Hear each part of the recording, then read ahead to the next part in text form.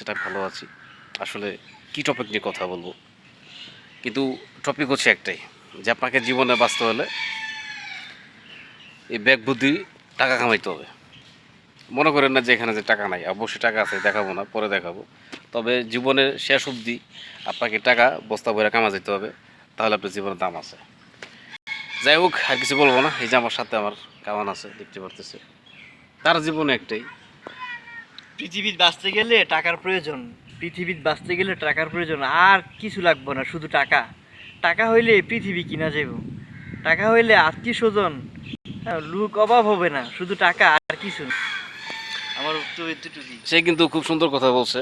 তো জীবনের শেষ অবধি টাকার প্রতি মেহনত করে যান, তাহলে যে পিছনে যে গাড়িটি দেখতে পাচ্ছি আমি, একটা গাড়ি হয়তো বা আপনার হয়ে যেতে পারে। আমরা আসলে গাড়িটা একটু কন্টাকে নিয়েছিলাম কিছুক্ষণের জন্য ঘোরাফেরা করার জন্য ঘুরছি। আসলে এই গাড়িতে পিছনে যে গাড়িটা দেখতেছো, এটাতে ঘুরে তোমার কেমন লাগছে আসলে একটু বলো। পিছনে যে গাড়িটা দেখছো, প্লিজ, ভালোই তো। কেমন ক্লিয়ার আছে তো? এসি করা।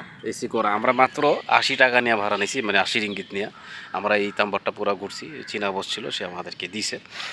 তো যাই হোক, তো উনিও বলছে যে তোমরা লাইফে মেহনত করো এবং লেগে থাকো, অবশ্যই ভালো কিছু হবে। যাই হোক, সবাই ভালো থাকেন, সুস্থ থাকেন। পরে ইনশাল্লাহ আবার কথা হবে। খোদা হাফেজ।